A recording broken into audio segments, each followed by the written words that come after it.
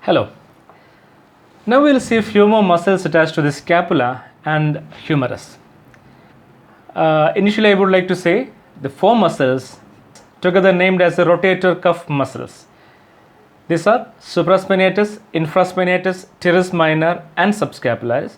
Along with that we will see other few muscles which are related to these four muscles. So here we have two views of the scapula and humerus. The main parts of the scapula, the spine, which is dividing the posterior surface into a supraspinous fossa and an infraspinous fossa. Here is the acromion process, that is a coracoid process. Here is the lateral border of the scapula. Here is the medial border. There is the head of the humerus. This is the three impressions on the greater tubercle, which can be easily seen from the posterior aspect. There is a shaft, and here is the radial groove. That is the lower end of the humerus. This is the anterior view of the scapula. As you can see the coracoid process, and the anterior surface is a little bit concave, named as the subscapular fossa. You can see the greater tubercle and lesser tubercle of the humerus. In between you can see the intertubercular sulcus, which is also named as the bicipital groove. Now this intertubercular sulcus has a lateral lip and a medial lip, and the middle part is named as the floor of the bicipital groove. The muscles arising from the posterior aspect of the scapula, from the supraspinous fossa, from this part of the supraspinous fossa, is the supraspinatus muscle.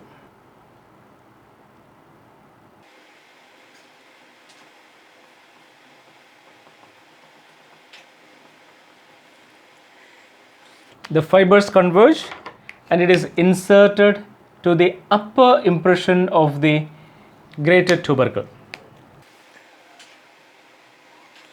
Towards the incision, the muscle turns more like a tendon.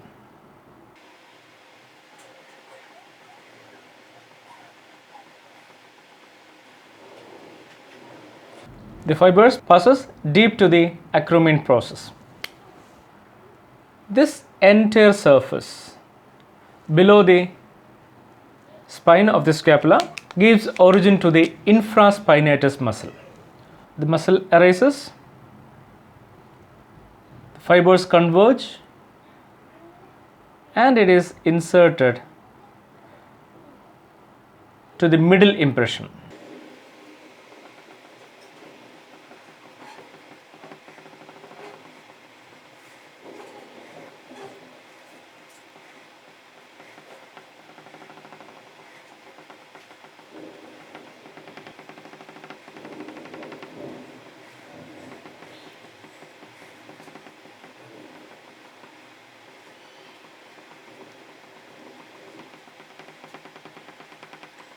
Here also close to the insertion, the fibers turns more tendinous.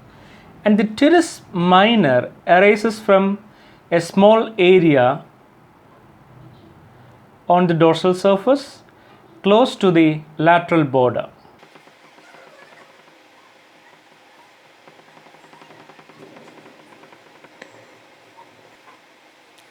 So here is supraspinatus,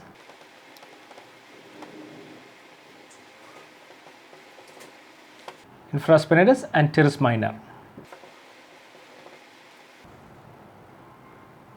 The muscle arising from this part on the dorsal aspect close to the lateral border of the scapula is the teres major muscle, which is more or less like a quadrangular muscle.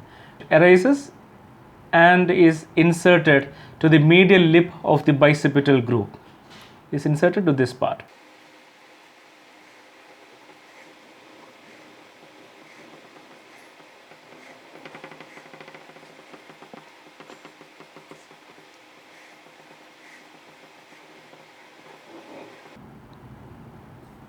It's a teres major. Actually the teres major is inserted more on the anterior aspect of the humerus. It is inserted, it passes in front of the humerus and it is inserted to the medial lip of the intertubercular sulcus.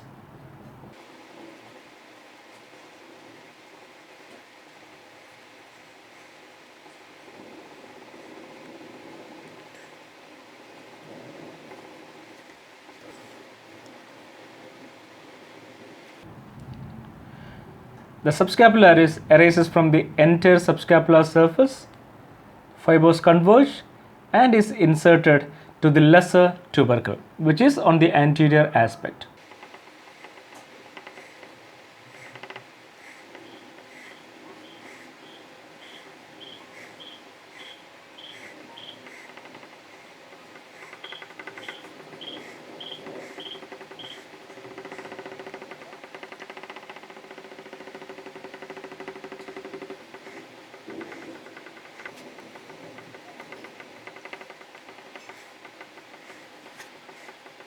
Close to the incision, this muscle also turns more like a tendon.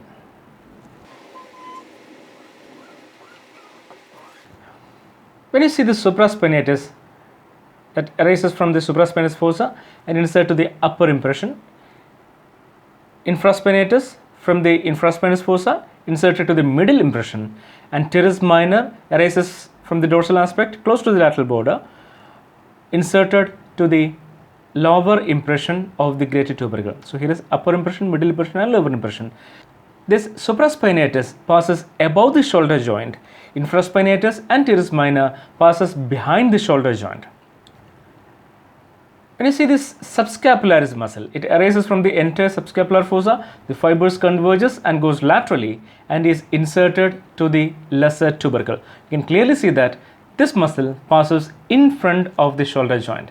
Tendons of these four muscles named supraspinatus, infraspinatus, teres minor and subscapularis forms a musculo-tendinous cuff around the shoulder joint, which is a very crucial structure in maintaining the stability and integrity of the shoulder joint. It prevents dislocation in all these three directions, but inferiorly there is no rotator cuff and there is less support inferiorly when we consider the shoulder joint. Hence, the inferior dislocation of shoulder joint is more common. The coracoid process gives origin to two muscles. So there is coracobrachialis muscle and there is one more muscle named as the short head of biceps. Actually, the short head of biceps and the coracobrachialis takes its origin together from the tip of the coracoid process. The short head joins with the tendinous long head, which arises from the supraglenoid tubercle. So the long head joins with the short head and it forms the biceps brachii muscle. Similarly, from the inferior aspect of the shoulder joint, there is a tubercle named as the infraglenoid tubercle, which is somewhere here below the glenoid cavity. From the infraglenoid tubercle arises the muscle, the long head of the triceps. It runs like this behind the teres major muscle.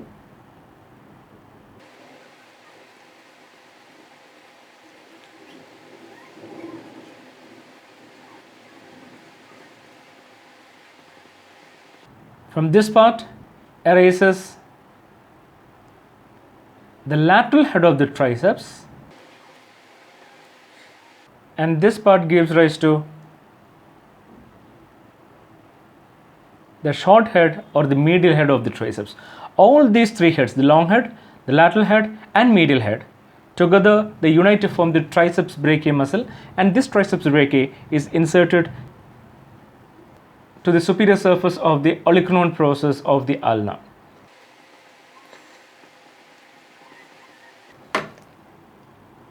This entire surface gives insertion to a muscle named as the serratus anterior. The serratus anterior arises from the upper 8 ribs and it surrounds the rib cage on the lateral aspect and it is inserted to the middle aspect. It comes like this and it is inserted there.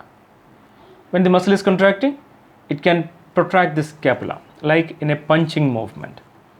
Basically, this serratus anterior is the muscle which helps to keep the medial border of scapula approximate against the rib cage. Again, schematically represent the origin of this serratus anterior muscle here. So here is the first rib, second, third, 4, 5, 6, 7 and 8 ribs. muscle arises like intersections from the upper 8 ribs, and all the fibers, they converge and is inserted to this part. That muscle is Serratus Anterior. Now here we get 3 spaces named the quadrangular space, the upper triangular space, and lower triangular space. We will discuss about these spaces in the next video.